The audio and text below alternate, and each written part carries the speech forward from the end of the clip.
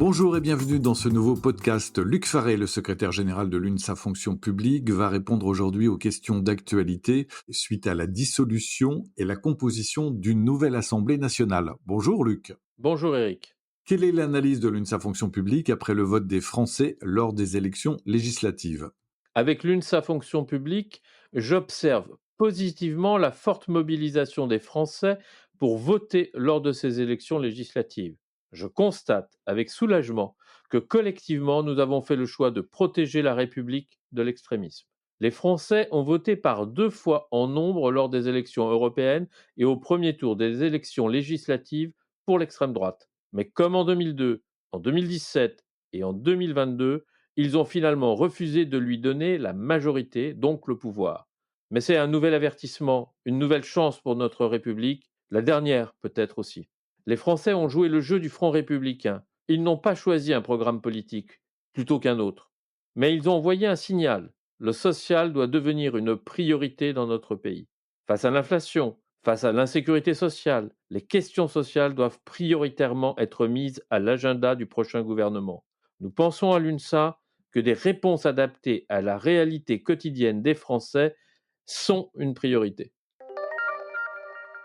Un nouveau gouvernement va être nommé dans quelques jours. Quel Premier ministre doit être nommé et pour quelle politique ? Ce débat appartient au champ politique. Ce n'est pas à un syndicaliste de le choisir, mais au président de la République.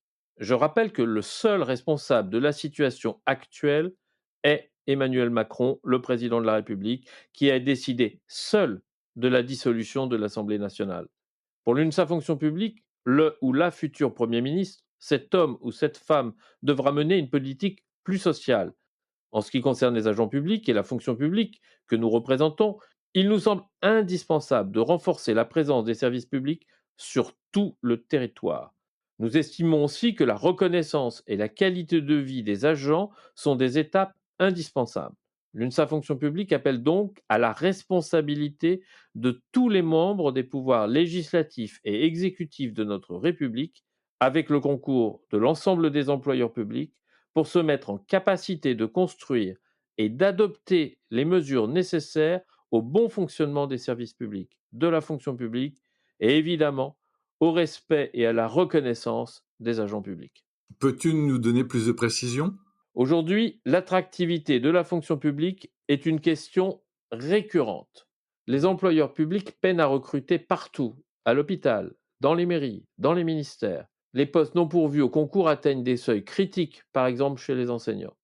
L'UNSA Fonction publique estime que l'une des solutions passe par une revalorisation des salaires de tous les agents publics, qui tiennent compte à minima de l'inflation.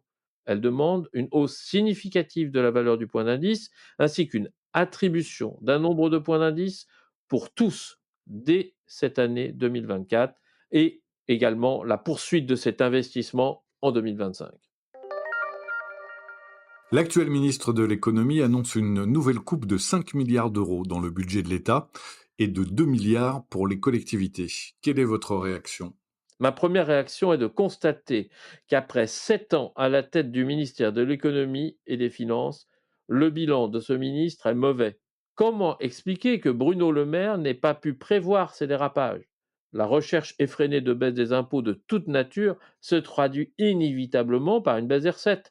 Je remets en cause cette politique. Je constate aussi un manque évident de justesse des prévisions budgétaires. Aujourd'hui, il est indispensable de mener une politique différente pour redonner une espérance aux Français et en particulier aux agents publics. Et à l'UNSA, nous portons une méthode. Est-ce que tu peux nous expliquer quelle méthode ? L'UNSA Fonction publique soutient que la culture du dialogue et du compromis qui font partie de notre ADN est la voie à suivre, que doivent appliquer l'ensemble de nos parlementaires, de nos ministres et du président de la République. De plus, nous demandons le retour à un dialogue social véritable et de qualité avec les employeurs publics. Pour contrer le déclassement et la paupérisation des agents publics, nous demandons l'ouverture d'une négociation structurante sur les grilles indiciaires et sur les régimes indemnitaires, afin de rendre aux agents de légitimes perspectives de carrière, quelle que soit leur mission.